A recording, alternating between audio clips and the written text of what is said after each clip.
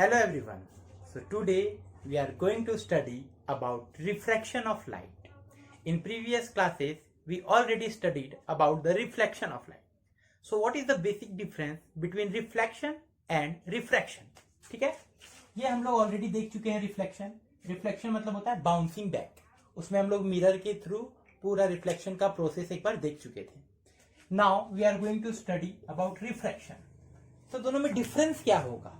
ठीक है, तो जब हम रिफ्लेक्शन देखे थे तो हम मीडियम को कभी भी स्पेसिफाई नहीं किए. That means during the reflection we consider that the light travels into a single medium. वो एक ही मीडियम में ट्रेवल कर रहा था. हमने कभी भी उसमें दो अलग अलग मीडियम पे लाइट की ट्रांजिशन की बात नहीं की. बट क्योंकि लाइट एक इलेक्ट्रोमैग्नेटिक वेव है, लाइट के इंट्रोडक्शन में मैं ये बता चुका हूं कि light can travel into different mediums, like light can travel in air as well as water as well as glass. जितने भी ट्रांसपेरेंट मटेरियल होते हैं लाइट उनके थ्रू ट्रेवल कर सकता है. तो लाइट की जो प्रॉपर्टी है वो जब वैक्यूम में ट्रेवल करता है तो कुछ प्रॉपर्टी रही होगी. क्या वो प्रॉपर्टी सेम रहेगी जब वो वाटर में ट्रेवल करेगा या कोई चेंज होगा? ठीक है, तो हम देखेंगे कि लाइट जब एक मीडियम से दूसरे मीडियम में ट्रेवल करता है, जब लाइट मीडियम चेंज करता है तो उसकी कौन कौन सी प्रॉपर्टीज चेंज होती हैं, क्या उसका बिहेवियर होता है. तो वो हम पूरा का पूरा देखेंगे किसमें? रिफ्रैक्शन में. तो रिफ्रैक्शन के लिए आपको समझ में आ जाएगा कि लाइट का ट्रांजिशन होगा one medium to another medium. ठीक है, लाइट का ट्रांजिशन होगा तो क्या चीज चेंज होगा, क्या नहीं होगा और कैसे डिफाइन करेंगे. या फिर मैं अगर एक वर्ड में डिफाइन करूं रिफ्रैक्शन को तो I can say that it is defined as the bending of light. It is defined as the bending of light when it travels from one medium to another medium. तो जब भी light की property में ये देखे थे कि light हमेशा स्ट्रेट लाइन में मूव करता है. ये हमको पता है ना कि light always travels into a straight line. But अगर वो मीडियम चेंज कर रहा है, लाइक ये एयर है और ये क्या है? वाटर. ये जो है दोनों मीडियम को सेपरेट कर रही है बाउंड्री. तो लाइट अगर एयर में है तो वो स्ट्रेट लाइन में मूव करेगा, वाटर में भी वो स्ट्रेट ही मूव करेगा. लेकिन जब वो एयर टू वाटर जाएगा, लाइट जब एयर टू वाटर जाएगा तो वो स्ट्रेट नहीं जाएगा, वो कुछ बैंड हो जाएगा. ठीक है, लाइट अगर मीडियम चेंज करता है तो क्या होता है? बैंड हो जाता है. So the bending of light when it travels from one medium to another medium is called refraction of light. अब ये बेंडिंग भी दो तरीके से होंगे कि वो किधर बैंड होता है वो हम आगे देखेंगे. तो अब देखिए लाइट एक वेव है, मैंने ये बताया है. तो ड्यूरिंग द रिफ्रैक्शन उसकी कौन कौन सी प्रॉपर्टीज चेंज होती हैं और कौन कौन सी प्रॉपर्टीज चेंज नहीं होती हैं. तो जैसा कि मैंने कहा बेंडिंग ऑफ लाइट, बैंड हो रहा है मतलब लाइट का पाथ तो चेंज होगा ही होगा. लाइट का पाथ चेंज हो जाता है, लाइट की स्पीड भी चेंज हो जाती है क्योंकि वैक्यूम में उसकी स्पीड मैक्सिमम है, मीडियम्स में उसकी स्पीड थोड़ी कम हो जाती है. तो during the refraction path change होता है, स्पीड चेंज होता है, वेवलेंथ भी चेंज होता है. बट जो चीज चेंज नहीं होती वो है आपकी फ्रीक्वेंसी. ठीक है, during the refraction the frequency of light remains constant. ये बहुत ही इंपॉर्टेंट क्वेश्चन है कि कौन सा लाइट की प्रॉपर्टी जो है वो कांस्टेंट रहती है during the refraction. So the answer is frequency. और अगर पूछेगा why the frequency of light remains constant, ठीक है, तो क्यों होते हैं? Just because the frequency is a property of source. ठीक है, फ्रीक्वेंसी किसकी प्रॉपर्टी होती है? सोर्स की. तो अगर लाइट का सोर्स जब तक चेंज नहीं होगा तब तक फ्रीक्वेंसी चेंज नहीं होगी. सोर्स सेम है तो फ्रीक्वेंसी क्या रहेगा? सेम, चाहे लाइट कितने भी मीडियम में ट्रेवल कर ले.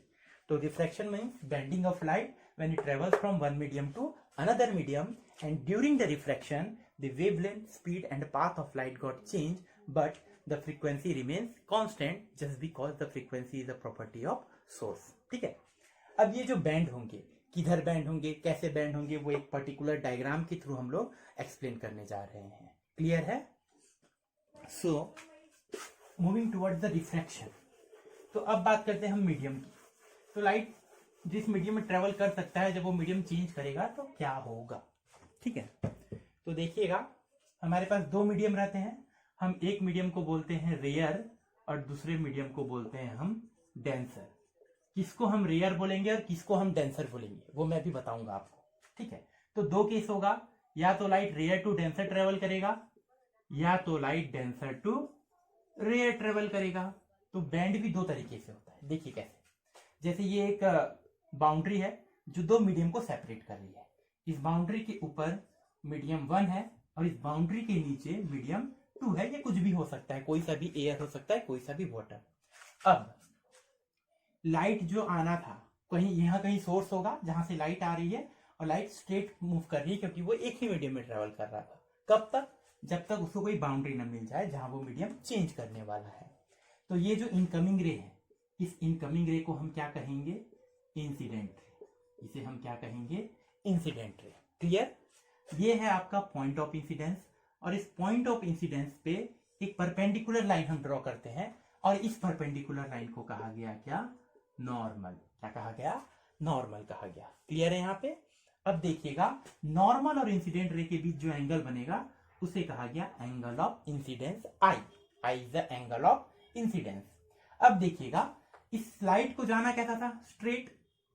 इसको स्ट्रेट जाना था, बट ये मीडियम क्या कर रहा है? चेंज। और मैंने क्या कहा है कि अगर मीडियम चेंज होगा तो लाइट का पाथ भी चेंज होगा, तो ये बैंड होगा। तो ये बैंड किधर होगा? या तो नॉर्मल की साइड बैंड हो सकता है या तो नॉर्मल से दूर। तो दो टाइप की बैंडिंग होगी, या तो टूवर्ड्स द नॉर्मल या फिर अवे फ्रॉम द नॉर्मल। तो वो कब टूवर्ड्स द नॉर्मल बैंड करेगा और कब away from the normal band करेगा, वो डिपेंड करता है ये जो मीडियम पे ट्रांजिशन हो रहे हैं उनके नेचर पे। अगर आपका ट्रांजिशन रेयर टू डेंसर हो रहा है, किधर हो रहा है? रेयर टू डेंसर हो रहा है, तो जो लाइट है वो बैंड होता है टूवर्ड्स द नॉर्मल। जो बैंडिंग है वो किधर होगी? टूवर्ड्स द नॉर्मल होगी। But on the other hand, अगर ये जो ट्रांजिशन हो रहा है वो denser medium to rare medium हो रहा है, तो ये होगा, जो बैंडिंग होगा वो होगा away from the normal. Away from the normal. ठीक है? तो टूवर्ड्स में कैसे होगा? स्ट्रेट जाना था, स्ट्रेट में जाके थोड़ा सा क्या हो जाएगा? बैंड हो जाएगा। तो यहाँ पे ये अब होगा रिफ्रैक्टेड रे। इसे हम क्या कहेंगे? रिफ्रैक्टेड रे। और ये नॉर्मल और रिफ्रैक्टेड रे के बीच जो एंगल बनेगा, एंगल ऑफ रिफ्रैक्शन। क्या होगा? Angle of refraction. देखिएगा, जब आप रिफ्लेक्शन देखे थे तो आपको ये था आई इक्वल टू आर होता था, बट यहां ऐसा नहीं है। अगर वो रेयर टू डेंसर जा रहा है तो आर की वैल्यू डिक्रीज हो रही है ना? आर की वैल्यू क्या हो रही है? डिक्रीज हो रही है। अगर वो डेंसर टू रेयर जाता तो अवे फ्रॉम द नॉर्मल। तो यही जो है, ये केस 1 है, ये केस 1 का डायग्राम है। 2 में क्या होता है? ये अवे होता बैंड, मतलब वो ऐसा होता बैंड। सेकेंड केस के लिए तो आर ऐसा बनता है ना, तो आर क्या होता है? इंक्रीज हो जाता जब वो अवे फ्रॉम द नॉर्मल होता। क्लियर है ना? ये तो हम ऐसे भी डिफाइन कर सकते हैं कि एंगल ऑफ रिफ्लेक्शन भी क्या हो रहा है? इंक्रीज या डिक्रीज हो रहा है, डिपेंड करता है नेचर पे कि अगर रेयर टू डेंसर गया तो bend towards the normal, denser to rare गया तो bend away from the normal. अब कौन से मीडियम को हम रेयर कहेंगे, कौन से मीडियम को हम डेंसर कहेंगे, वो हम अभी देखेंगे, क्योंकि कैसे हम बता सकते हैं किसको रेयर किसी को डेंसर। ठीक है? तो हर एक मीडियम की अपनी एक प्रॉपर्टी होती है जिसे कहा गया रिफ्रैक्टिव इंडेक्स। उसी के बेसिस पे हम बताएंगे। तो ये कॉन्सेप्ट क्लियर है? अब हम देखते हैं कि हम कैसे बताएंगे कौन सा मीडियम रेयर है, कौन सा डेंसर। तो हम बात करते हैं एक टर्म की, रिफ्रैक्टिव इंडेक्स। ये हर एक मीडियम का अपना एक रिफ्रैक्टिव इंडेक्स होता है जिसको म्यू से सिंबलाइज किया जाता है। ठीक है? जैसे मैंने कहा था कि लाइट की स्पीड मैक्सिमम होती है किसमें? वैक्यूम में। तो वैक्यूम में जो लाइट की स्पीड है, speed of light in vacuum, वो तो कांस्टेंट है ना? वो कांस्टेंट है। बट अगर मीडियम में जाएगा तो स्पीड क्या होगा? चेंज होगा। तो कितना चेंज हुआ? तो हम उसको वैक्यूम के स्पीड से कंपेयर करेंगे। ठीक है? और उसी फैक्टर को कहा गया refractive index. It is defined as the ratio of speed of light in vacuum to the speed of light in medium, to the speed of light in medium. कि वैक्यूम के कंपैरिजन में उसकी speed कितनी हुई, कैसी हुई, उससे हम बताएंगे रिफ्रैक्टिव इंडेक्स। क्लियर है आपको? तो देखिए यहां पे आप नेक्स्ट, यहां पे अगर मैं बात करूं मीडियम की, तो हमारे पास मान लो एयर में लाइट ट्रेवल कर सकता है, हाँ कर सकता है। वाटर में कर सकता है लाइट ट्रेवल, कर सकता है। ग्लास हो गया, डायमंड हो गया, there are so many mediums. मैं मेन मीडियम को ले रहा हूं, बेसिकली ये 3 ही लेने हैं। ठीक है? तो इन पे लाइट की स्पीड कुछ अलग रही होगी, वैक्यूम पे लाइट की स्पीड कुछ अलग है। तो उसके बेसिस पे हम सबका एक रिफ्रैक्टिव इंडेक्स तैयार कर सकते हैं। लाइक एयर का रिफ्रैक्टिव इंडेक्स होता है 1, वाटर का होता है 1.33, ग्लास का होता है 1.5 और डायमंड का होता है 2.42। या इसको और थोड़ा सा सिंप्लीफाई करूं तो स्पीड इन वैक्यूम तो हमको पता है 3 × 10⁸ मीटर पर सेकेंड है, divided by speed in medium. ठीक है? तो हम उस मीडियम पे लाइट की स्पीड को अगर हम पुट करेंगे तो हमको सबका रिफ्रैक्टिव इंडेक्स पता चल जाएगा।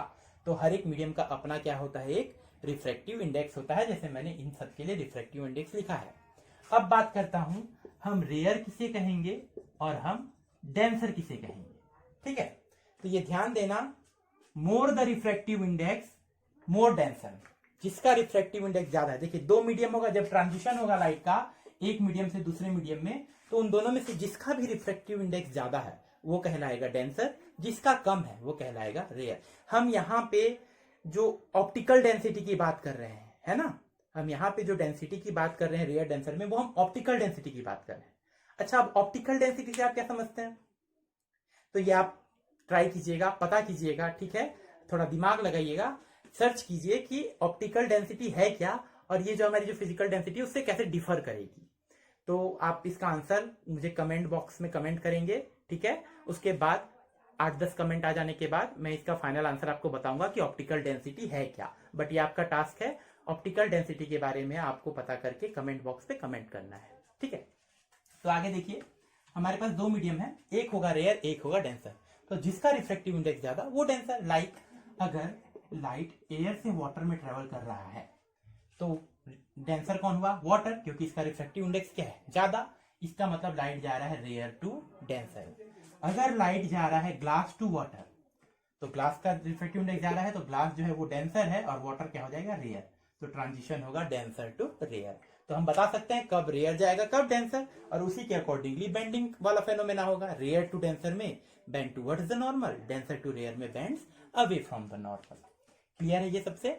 अच्छा, अब देखिएगा रिफ्रैक्टिव इंडेक्स के बारे में अगर आपको कुछ बताना है तो ये तो है रिफ्रैक्टिव इंडेक्स और स्पीड इन मीडियम दोनों एक दूसरे के कैसे हैं, इनवर्सली प्रोपोर्शनल है।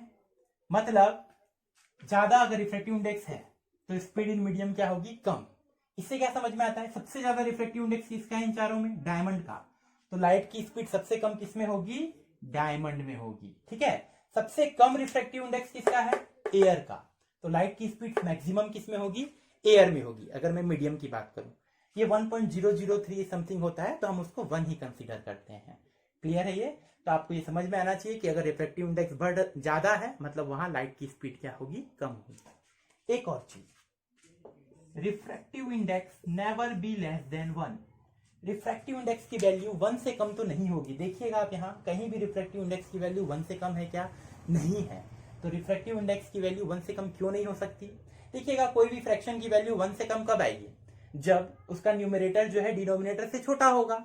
इसके न्यूमरेटर में क्या है, स्पीड इन वैक्यूम, जो कि मैक्सिमम है।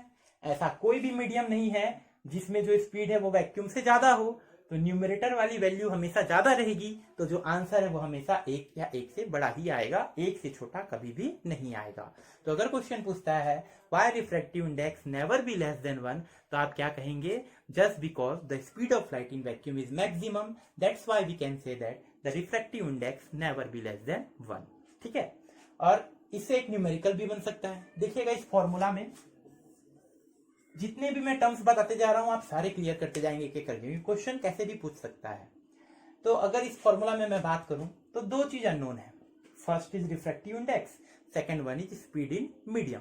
तो इन दोनों में से कोई भी एक नोन रहेगा, आपको सेकंड फाइंड आउट करना है। Like the question is the refractive index of glass is 1.5, find the speed of light in glass. ठीक है, तो आप रिफ्रैक्टिव इंडेक्स की वैल्यू यहाँ पुट करेंगे तो यहाँ से आप speed of light in glass क्या है फाइंड आउट कर सकते हैं इजीली, या फिर आपको स्पीड इन मीडियम दे दिया रहेगा, आप वहां से रिफ्रैक्टिव इंडेक्स फाइंड आउट कर सकते हैं। तो इस टाइप से एक न्यूमेरिकल भी बनता है यहाँ पे, और ये थोड़े थियोरेटिकल या कॉन्सेप्चुअल क्वेश्चन भी बनते हैं रिलेटेड टू रिफ्रैक्टिव इंडेक्स। तो अभी जो मैं कंप्लीट रिफ्रैक्टिव इंडेक्स की बात किया वो एक ही मीडियम के रिफ्रैक्टिव इंडेक्स की बात किया, सिंगल मीडियम के। तो इसको हम एब्सोल्यूट रिफ्रैक्टिव इंडेक्स भी बोल सकते हैं, क्योंकि ये एक सिंगल मीडियम का ही रिफ्रैक्टिव इंडेक्स है। ठीक है, अब हम देखेंगे कि अलग अलग मीडियम है, दो मीडियम है, तो जो रिलेटिव रिफ्रैक्टिव इंडेक्स है वो क्या होगा। क्लियर?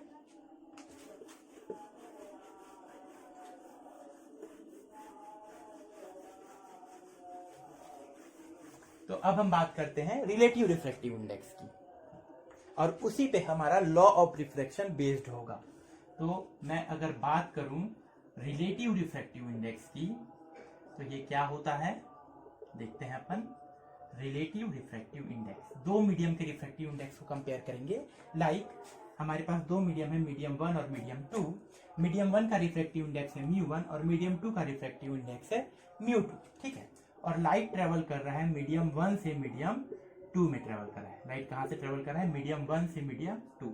तो ये जो रिलेटिव रिफ्रैक्टिव इंडेक्स है वो दोनों के रिफ्रैक्टिव इंडेक्स को रिलेट करेगा। लाइक रिफ्रैक्टिव इंडेक्स अगर 1 से 2 में ट्रेवल कर रहा है तो रिलेटिव रिफ्रैक्टिव इंडेक्स क्या होगा? Refractive index of medium 2 with respect to medium 1। Wordings में अगर मैं कहूं तो मैं बोलूंगा refractive index of medium 2 with respect to medium 1। या फिर हम इसको ऐसे भी कर सकते हैं 1 2, इससे भी सिंबलाइज कर सकते हैं। इसका मतलब यह है कि लाइट मीडियम 1 से मीडियम 2 में ट्रेवल कर रहा है तो इसका रिलेटिव रिफ्रैक्टिव इंडेक्स होगा medium 2 with respect to medium 1। जहां वो जा रहा है उसका रिफ्रैक्टिव इंडेक्स डिवाइडेड बाय जहां से वो गया उसका रिफ्रैक्टिव इंडेक्स। अगर लाइट मीडियम 2 से मीडियम 1 में ट्रेवल करता तो रिलेटिव रिफ्रैक्टिव इंडेक्स क्या होता?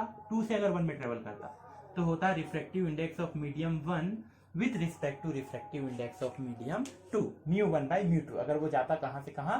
2 से 1 में तो ये वाला रिलेटिव होता, 1 से 2 में आता तो ये होता रिलेटिव रिफ्रैक्टिव इंडेक्स। क्लियर है?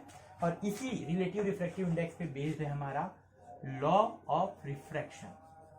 तो लॉ ऑफ रिफ्रैक्शन क्या कहा? इसमें भी दो पॉइंट है। पहला पॉइंट सेम है कि incident ray, refracted ray and normal all lies in a same plane. और जो सेकेंड लॉ है उस लॉ को कहा गया स्नेल्स लॉ। जो सेकेंड लॉ आया रिफ्रैक्शन का उसे क्या कहा गया? स्नेल्स लॉ कहा गया, जो आपका रिलेशन देता है दोनों रिलेटिव रिफ्रैक्टिव इंडेक्स में और एंगल ऑफ इंसिडेंस और एंगल ऑफ रिफ्रैक्शन में। तो according to that μ2 by μ1 is equals to sine I by sine are.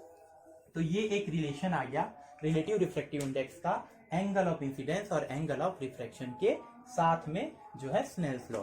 ये जो साइन है ये एक ट्रिग्नोमेट्रिक टर्म है। क्लास 10th में ही मैथ्स में ट्रिग्नोमेट्री का एक पूरा चैप्टर है। अब जब उसको पढ़ेंगे तो आप साइन से फैमिलियर होंगे, जिससे हम इन चारों में से कोई भी 3 वैल्यू दी गई होगी तो फोर्थ वैल्यू फाइंड आउट कर सकते हैं इजीली न्यूमेरिकल्स में, ठीक है। तो ये हो गया आपका relative refractive index with law of refraction. तो देखिए, जब हमने रिफ्लेक्शन का फेनोमेना देखा तो उसको प्रॉपरली एकदम हमको समझने के लिए मिरर यूज किए हम और पूरा रिफ्लेक्शन हम मिरर में देखे। वैसे ही हमको रिफ्रैक्शन को प्रॉपरली समझने के लिए लेंस यूज करना पड़ेगा। लेंस क्या होगा और उसमें कैसे रिफ्रैक्शन होंगे हम अब नेक्स्ट वही देखेंगे, ठीक है। तो हमारा नेक्स्ट टॉपिक क्या है? लेंस। तो लेंस किसका बना होता है? लेंस तो ग्लास मटेरियल का बना होता है। अच्छा, लेंस कहाँ देखे हैं आप? स्पेक्स लगा हुआ है तो उसमें क्या लगा रहता है? लेंस लगा रहता है। मैग्नीफाइंग ग्लास देखे होंगे, मेडिकल सोप वगैरह में यूज होता है, ठीक है, जो ऑब्जेक्ट्स का जो मतलब साइज को इंक्रीज कर देता है ना जी, ठीक है। तो मैग्नीफाइंग ग्लास में भी क्या है? लेंस लगा हुआ है। तो हम बात करते हैं ये लेंस क्या है, कैसे इसके टाइप्स होते हैं, क्या से बना है, क्या नहीं है। तो लेंस के बारे में अगर मैं बोलूं तो it is made of a glass material, glass का बना होता है। और मैं बोलूं it is a combination of two refracting surface. मैं क्या बोल सकता हूं? It is a combination of two refracting surface, two refracting surface, ठीक है। Two refracting surface in the sense, जैसे मैं आपको बता रहा हूं, दो हमको स्फेरिकल लेंस देखने हैं। एक होगा कन्वेक्स लेंस और एक होगा आपका कनकेव लेंस, ठीक है। तो रिफ्रैक्टिंग सरफेस मतलब रिफ्लेक्शन होना है, लाइट को पास होना है। जबकि मिरर में क्या था? एक रिफ्लेक्टिंग सरफेस था और दूसरा पॉलिश्ड सरफेस था। यहां हम पॉलिश नहीं करेंगे। पॉलिश नहीं करेंगे तो हमारे दोनों साइड से लाइट एंटर कर सकती है, एग्जिट कर सकती है, तो उस सरफेस को बोलेंगे रिफ्रैक्टिंग सरफेस। तो ये कन्वेक्स का एक रिफ्रैक्टिंग सरफेस है। एक और कन्वेक्स के रिफ्रैक्टिंग सरफेस कैसे मिला दिया मैं? तो देखिएगा, दो, ये एक हो गया, ये दो कन्वेक्स के रिफ्रैक्टिंग सरफेस मिलके जो लेंस बनाए उस लेंस को क्या कहा गया? Convex lens. वैसे ही कनकेव में ये एक रिफ्रैक्टिंग सरफेस हो गया, ये एक रिफ्रैक्टिंग सरफेस हो गया। दो रिफ्रैक्टिंग सरफेस मिलके जो लेंस बनाए वो क्या हो गया आपका? Concave lens. तो लाइट यहां से एंटर करेगी। अब देखिएगा, यहाँ मीडियम क्या है? एयर। ये लेंस ग्लास का बना हुआ है, तो ये अंदर में कौन सा मीडियम है? ग्लास। और फिर बाहर में कौन है? एयर। तो देखिएगा, लाइट जाएगा एयर टू ग्लास, फिर ग्लास टू एयर। यहाँ भी एयर टू ग्लास, फिर ग्लास टू एयर, ठीक है। तो ये हमको देखना है कि कैसे होगा रिफ्रैक्शन। इधर ऑब्जेक्ट रखेंगे, इमेज कैसे फॉर्म होगा, क्या होगा। तो इस लेंस के बारे में भी हमको आगे अभी देखना है। तो हमारे पास दो लेंस हैं, एक है कन्वेक्स लेंस और एक है कनकेव लेंस। अच्छा, बेस्ड ऑन देयर स्ट्रक्चर अगर मैं डिफाइन करूं तो कैसे डिफाइन करूंगा? तो कन्वेक्स लेंस को देखिएगा, सेंटर पे ये थिक है जबकि एज पे ये थिन है, जबकि कनकेव सेंटर पे थिन है और एज पे कैसा है? थिक है। तो convex lens is a lens which is thick at the center and thin at the edges, while the concave lens is thin at the center and thick at the edges. तो ये तो based on their structure define किए। Based on their behaviour with light अगर मैं define करूं तो अगर जो भी लाइट्स आती हैं उन पे इनका बिहेवियर कैसा है उसके बेसिस पे मैं अगर डिफाइन करूं तो कन्वेक्स जो है वो लाइट को कन्वर्ज कर देता है और कंकेव जो है वो लाइट को डाइवर्ज कर देता है। तो हम कन्वेक्स लेंस को बोलेंगे कन्वर्जिंग लेंस, क्योंकि जितने भी लाइट्स आ रही हैं सबको क्या कर दे रहा है? कन्वर्ज कर दे रहा है। और हम कनकेव को कहेंगे कौन सा लेंस? डाइवर्जिंग लेंस, क्योंकि ये जितनी भी लाइट्स आ रही हैं सारे लाइट्स को क्या कर दे रहा है? डाइवर्ज कर दे रहा है। मिरर में डिफरेंट था, मिरर में ध्यान दीजिएगा आप, convex mirror is a diverging mirror and concave mirror is a converging mirror. तो इसमें आपको कंफ्यूज होने की जरूरत नहीं है। तो ये लेंस के सारे टर्म्स, रूल्स और इमेज फॉर्मेशन हम देखेंगे। तो ये जो पहले air to glass, glass to air में जो रिफ्रैक्शन हो रहा है वो हम देख लेते हैं ग्लास लैब के थ्रू, ठीक है। तो एक और टॉपिक है हमारा, इसको हम कंटिन्यू करेंगे अभी,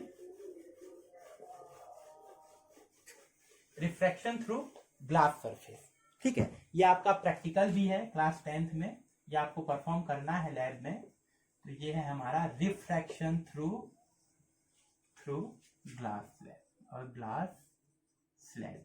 देखिएगा कैसे होगा, क्या होगा। ये आपका एक, हम ले लिए ग्लास का स्लैब, ठीक है। ये मीडियम हो गया एयर, ये हो गया आपका ग्लास और ये हो गया आपका एयर। अब हमको इसमें रिफ्रैक्शन को ड्रॉ करके बताना है। जैसे कोई लाइट एयर से आ रही थी, नॉर्मल ऐसे ही आ रही है, ठीक है। तो ये हो गई आपकी इंसिडेंट रे। ये क्या हो गया आपका? Incident ray. ये पॉइंट ऑफ इंसिडेंस है, यहाँ क्या ड्रॉ करेंगे आप? नॉर्मल ड्रॉ करेंगे, ठीक है। ये बन जाएगा आपका एंगल ऑफ इंसिडेंस। क्या बन जाएगा? Angle of incidence. फिर लाइट रेयर टू डेंसर में जाके, क्या रेयर टू डेंसर जा रही तो क्या हो जाएगा? स्ट्रेट में जाके बेंड टुवर्ड्स द नॉर्मल, तो ये हो जाएगा आर, ठीक है। तो ये पहला रिफ्लेक्टिंग सरफेस है, तो 1। अब देखिएगा लाइट पूरा ग्लास में जब तक था स्ट्रेट गया, फिर उसको पॉइंट ऑफ इंसिडेंस मिला, क्योंकि यहाँ ग्लास टू एयर आना है तो हम नॉर्मल ड्रॉ किए। ये एंगल ऑफ इंसिडेंस हो जाएगा I2, क्योंकि सेकेंड रिफ्लेक्टिंग सरफेस। रिफ्लेक्शन 2 बार होगा, एक बार एयर टू ग्लास, एक बार glass to air. Air to glass जो है रेयर टू डेंसर है तो bend towards the normal. Glass to air जो है वो कैसा है? ग्लास टू एयर कैसा है? वो आपका डेंसर टू रेयर है। तो ये स्ट्रेट न जाके क्या हो जाएगा? Away from the normal. क्या हो जाएगा? Away from the normal. तो आप ऐसे बता सकते हैं। और ये इंसिडेंट रे है और ये एमरजेंट रे है। ये कौन सा रे है? एमरजेंट रे, ठीक है। आप देख पा रहे होंगे। और ये कौन सा रे है? आपका इंसिडेंट रे।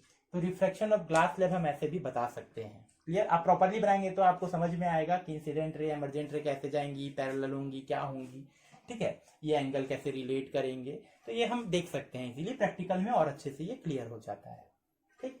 एक स्पेशल केस में बता दूं कि अगर लाइट नॉर्मल में आ रही है, कोई light perpendicular to the surface आ रही है, तो वो स्ट्रेट निकल जाती है, वो बेंड नहीं होगी। कब बेंड नहीं होगी?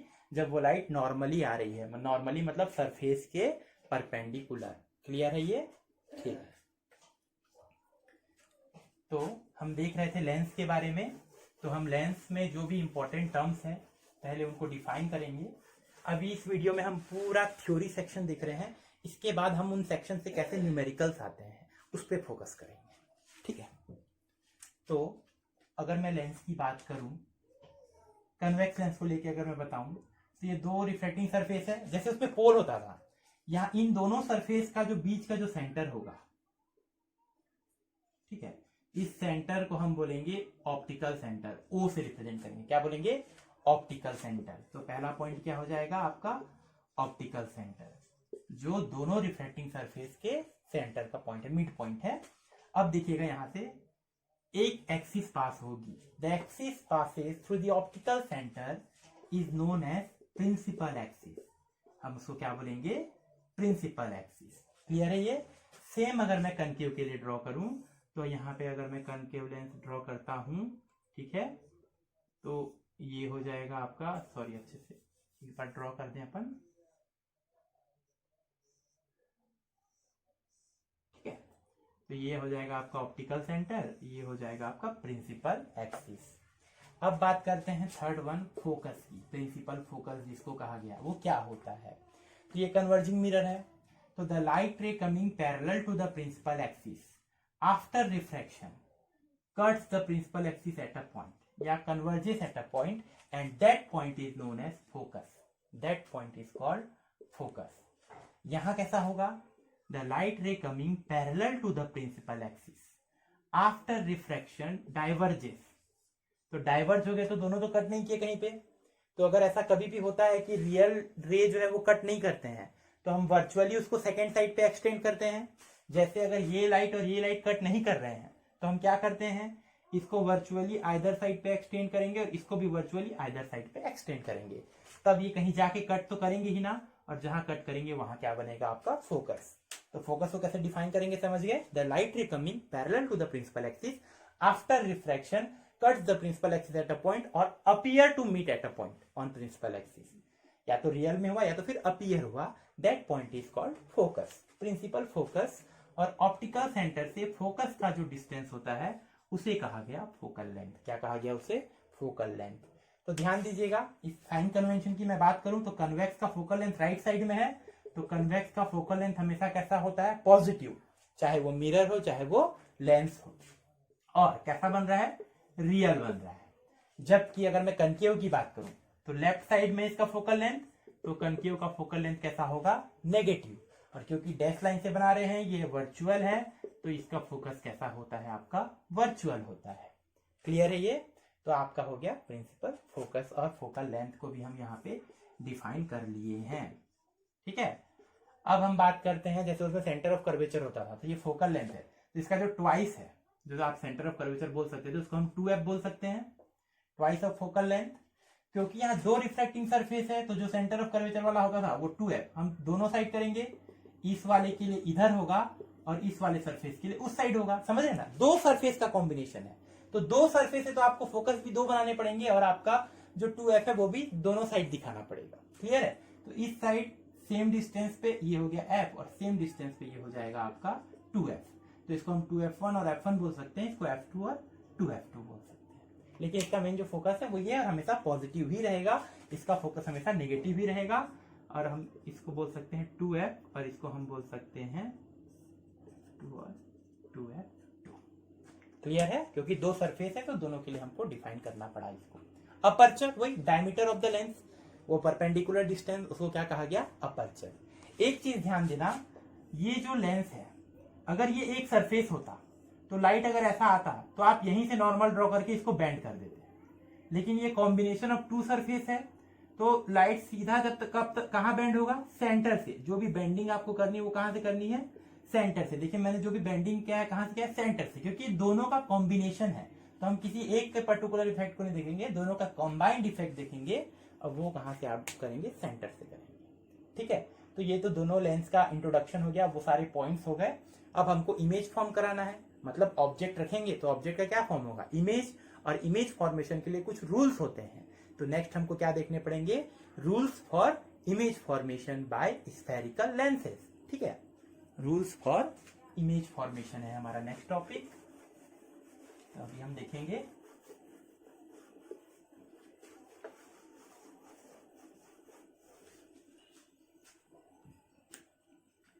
Rules for image formation by spherical lenses. ठीक है, बाय स्फेरिकल लेंसेज।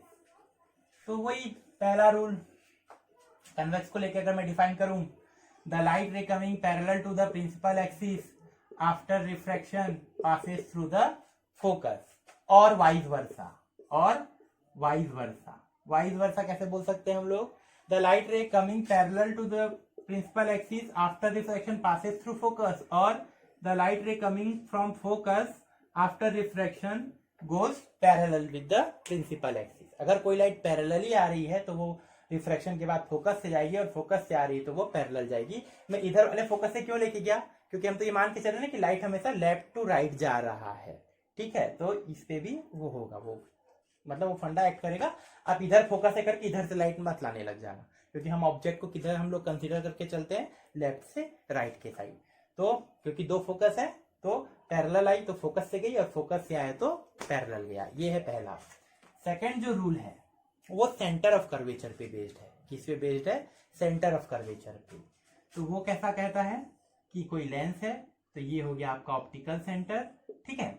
अगर मैंने सेंटर ऑफ कर्वेचर कह दिया था क्या? नहीं, ऑप्टिकल सेंटर। तो अगर कोई लाइट डायरेक्टली ऑप्टिकल सेंटर पे आ रही है तो वो बेंड नहीं होगी, वो स्ट्रेट निकल जाएगी। कौन सी लाइट? जो लाइट डायरेक्टली किस पे आ रही है? ऑप्टिकल सेंटर पे। तो image formation by spherical lenses में दो रूल हैं। First is the light ray coming parallel to principal axis after refraction passes through focus और vice versa. Second, the light ray coming directly to the optical centre after refraction goes straight, it does not bend.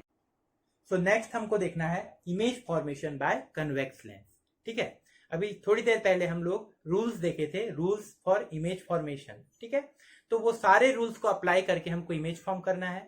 हम उस lens के सामने object को रखेंगे, object के different different positions होंगे, वो रूल अप्लाई करके हमको इमेज फॉर्म करना है डिफरेंट डिफरेंट।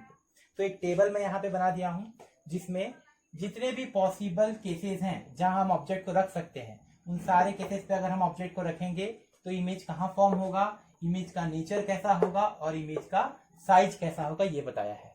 तो अगर मैं बात करूं कन्वेक्स लेंस की, तो convex lens is a converging lens. उसमें 6 डिफरेंट केस होते हैं ऑब्जेक्ट के, ठीक है।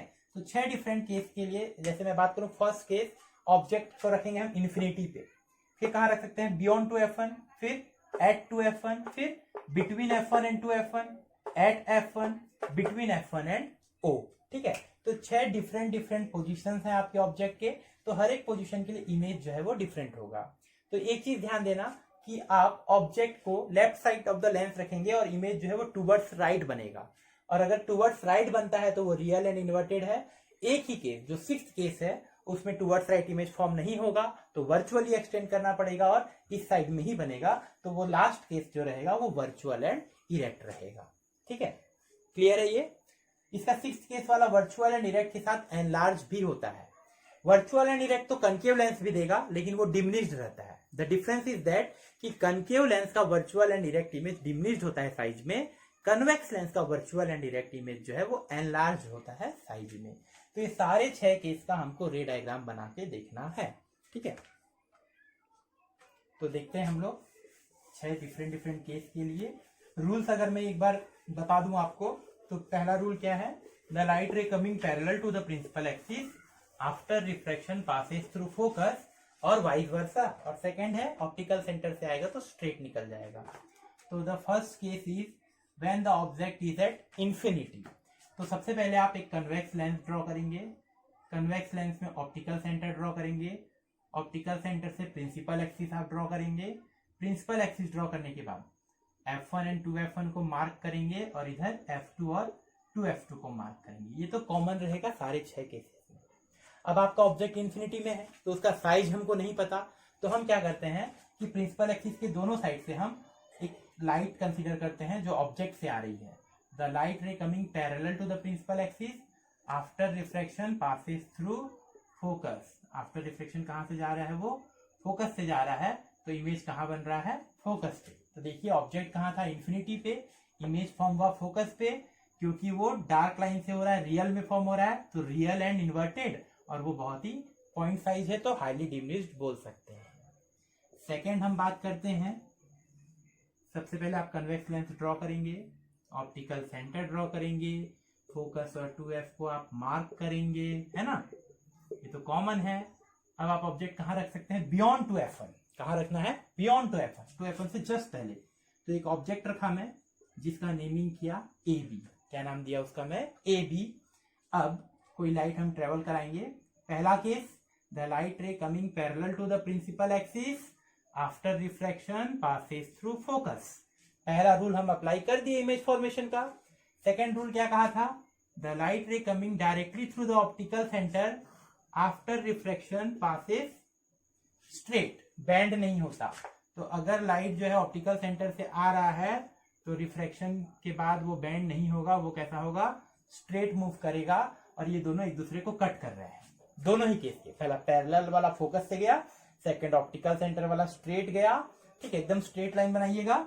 वो दोनों एक दूसरे को एक पॉइंट पे कट कर रहे हैं और जहां वो कट करते हैं वहीं क्या फॉर्म होता है, इमेज फॉर्म होता है। तो इसको अगर मैं प्रिंसिपल एक्सिस से मिला दूं, ये हो गया ए डैश और बी डैश। क्योंकि डार्क लाइन से ये इमेज फॉर्म हुआ है तो इसका नेचर क्या होगा, रियल। क्या होगा, रियल। और देखिएगा ये इन्वर्टेड है ना, इमेज जो है रियल एंड इन्वर्टेड है। साइज की मैं बात करूं तो ऑब्जेक्ट की साइज से कम है इसका हाइट, तो ये हो गया डिमिनिश्ड, ठीक है। तो ये real, inverted and diminished. Position क्या था ऑब्जेक्ट का, beyond 2f1। Position of image बना between f2 and 2f2। Clear है ये? तो ये उस टेबल को सेटिस्फाई कर रहा है। थर्ड केस की अगर मैं बात करूं, थर्ड केस में आपका ऑब्जेक्ट कहां रहना है, 2f1 पे। ऑब्जेक्ट को कहां रहना है, 2f1 पे। ये हो गया ऑप्टिकल सेंटर f1 और ये हो गया आपका 2f1, ये f2 और ये मार्क हो जाएगा 2f2। ऑब्जेक्ट का पोजीशन क्या है थर्ड केस में, 2f1 पे। तो हम यहाँ ऑब्जेक्ट रख दिए, नेमिंग कर दिए ए बी। एक लाइट, पहला रूल अप्लाई करो, लाइट जाएगा पैरेलल, आफ्टर रिफ्रैक्शन कहां से निकलेगा, फोकस से। सेकेंड रूल देखिएगा, लाइट जाएगा ऑप्टिकल सेंटर से जो स्ट्रेट निकल जाएगा, ठीक है। आप प्रॉपर डायमेंशन लेके बनाएंगे तो वैसा ही बनेगा जैसा टेबल में है, ठीक है। अब यहां से इमेज फॉर्म करेंगे अपन, ठीक है। ये आपका 2f2 वाला था, तो ये इमेज भी हो गया ए डैश और बी डैश। तो देखिएगा रियल एंड इन्वर्टेड बन रहा है। साइज की बात करूं तो सेम साइज है और 2f1 पे ऑब्जेक्ट है और इमेज का पोजीशन क्या है, 2f2 पे है। तो when the object is at 2f1 the image forms at 2f2, same size, ठीक है, रियल एंड इन्वर्टेड। तो ये 3 केस हो गए और 3 केस हैं जो हम अभी देख लेंगे।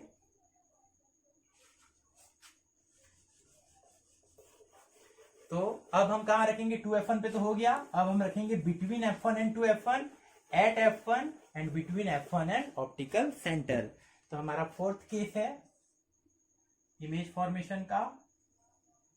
इस फोर्थ केस पे हम ये ऑप्टिकल सेंटर ले लिए, प्रिंसिपल एक्सिस f1 और 2f1 मार्क कर दिए, f2 और 2f2 मार्क कर दिए। यहाँ पे पोजीशन ऑफ ऑब्जेक्ट है बिटवीन f1 एंड 2f1। हम पोजीशन ऑफ ऑब्जेक्ट ले लिए A be between f1 and 2f1, ठीक है।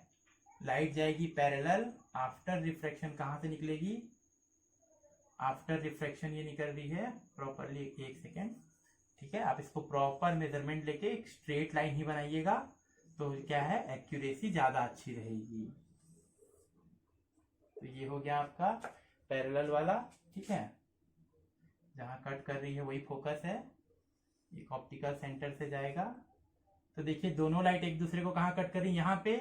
तो इमेज फॉर्म हो गया ए डैश बी डैश। देखिएगा रियल है, इन्वर्टेड है, दिख रहा है। साइज जो है वो एनलार्ज है और वो ऑब्जेक्ट का पोजीशन क्या था, between f1 and 2f1। Image का क्या है, बियॉन्ड 2f1, रियल, इन्वर्टेड और एनलार्ज। क्लियर है ये? फिफ्थ पोजीशन, फिफ्थ पोजीशन क्या है, when the object is placed at focus f1। तो ये हो गया f1, ये हो गया 2f1। आप प्रॉपर गैप दीजिएगा, f2 एंड 2f2। f1 पे ऑब्जेक्ट है, नेमिंग कर दिए ए बी। एक लाइट गई पैरेलल जो फोकस से निकल गई, एक गई ऑप्टिकल सेंटर से जो सीधे निकल गई। ये दोनों लाइट्स पैरेलल हो जाती हैं। कैसे हो जाती है, पैरेलल। तो वो कहीं इंटरसेक्ट तो नहीं करेंगी, तो हम मान के चलते हैं वो कहाँ इंटरसेक्ट करेंगे, इन्फिनिटी पे। कहाँ करेंगे, इन्फिनिटी पे। तो हमारा इमेज बनेगा रियल, इन्वर्टेड और कहाँ बन रहा है, इन्फिनिटी। और साइज तो नहीं पता तो हम बोलेंगे हाईली एनलार्ज। क्लियर है? नेक्स्ट जो सिक्स्थ केस है, यहाँ पे आपको वर्चुअल एंड डायरेक्ट इमेज बनना है। ये सबसे डिफरेंट है तो इसको अच्छे से ध्यान देंगे।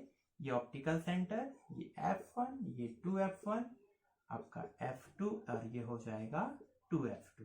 क्लियर है? अब आप ऑब्जेक्ट का पोजीशन कहाँ देंगे, फोकस पे। ऑब्जेक्ट का पोजीशन कहाँ देंगे, sorry, between f1 and o। Focus वाला तो कर चुके हैं। तो यहाँ एक ऑब्जेक्ट रखे हम लोग, नेम है उसका ए बी। ये पहला रूल अप्लाई करेंगे, लाइट आएगी पैरेलल जो कहाँ से पास होगी, फोकस से। सेकेंड रूल, लाइट जो है वो ऑप्टिकल सेंटर से निकल जाएगी, ठीक है। ये दोनों इधर तो कट नहीं कर रहे हैं, दोनों के रियल इमेज कट कर रहे हैं क्या, नहीं कर रहे हैं। लेकिन अगर मैं इस केस में, ऐसा कभी केस होता है कि रियल इमेज दोनों के कट नहीं करते, रियल ये जो लाइन्स है वो कट नहीं करती, तो हम आइदर साइड में क्या करते हैं, एक्सटेंड करते हैं वर्चुअल इमेज फॉर्म कराने के लिए। तो ये हो जाएगा ऐसा, इसको अगर मैं एक्सटेंड करूं तो ये कहीं पे कट करेंगे और जहां कट करेंगे वहां क्या फॉर्म होगा, आपका इमेज फॉर्म होगा, जो कैसा हुआ, एनलार्ज हुआ, वर्चुअल इरेक्ट और एनलार्ज हुआ इसमें। अब आप बोलोगे यहां भी तो नहीं है तो इधर एक्सटेंड करते, तो ये पैरेलल लाइन है, कहीं भी एक्सटेंड करो, कट तो नहीं करेंगे ना वो, तो इसमें वर्चुअल इमेज फॉर्म नहीं होगा, रियल ही होगा, इसमें जो है वो वर्चुअल इमेज फॉर्म होगा।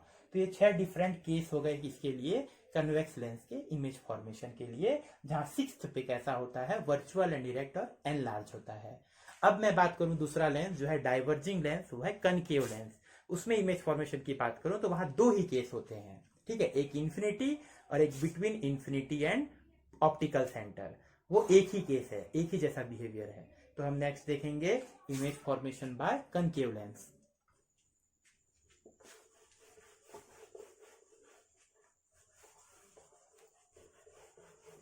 तो हम नेक्स्ट देखेंगे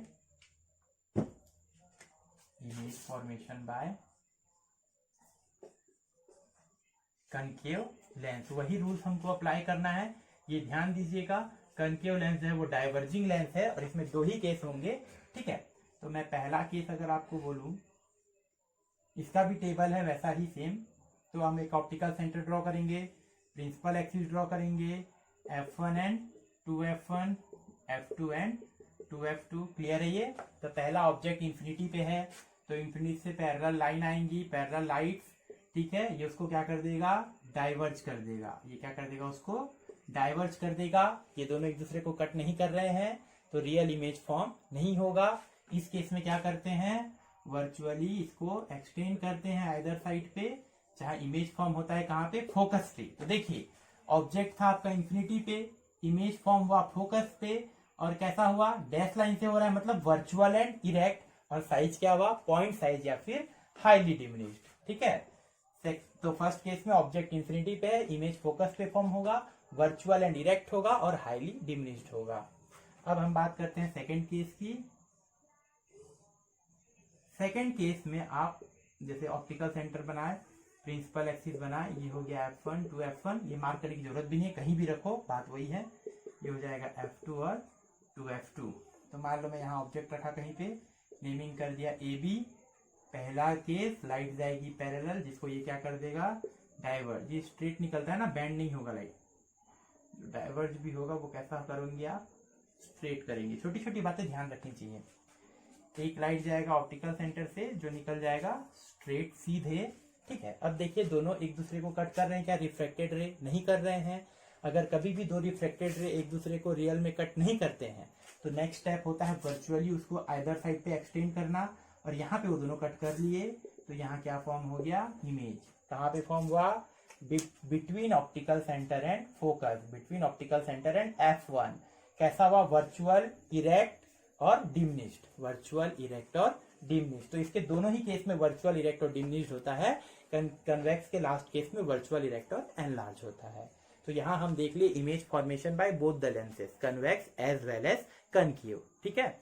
तो आगे हमको देखना है ये जो पोजीशंस हैं ऑब्जेक्ट के, इमेज के, न्यूमेरिकली इसको हम कैसे फाइंड आउट करेंगे, इसके क्यों कौन कौन से फॉर्मूला होते हैं, साइन कन्वेंशन क्या है, और कैसे न्यूमेरिकल्स इसके सॉल्व होते हैं। Clear, okay, thank you.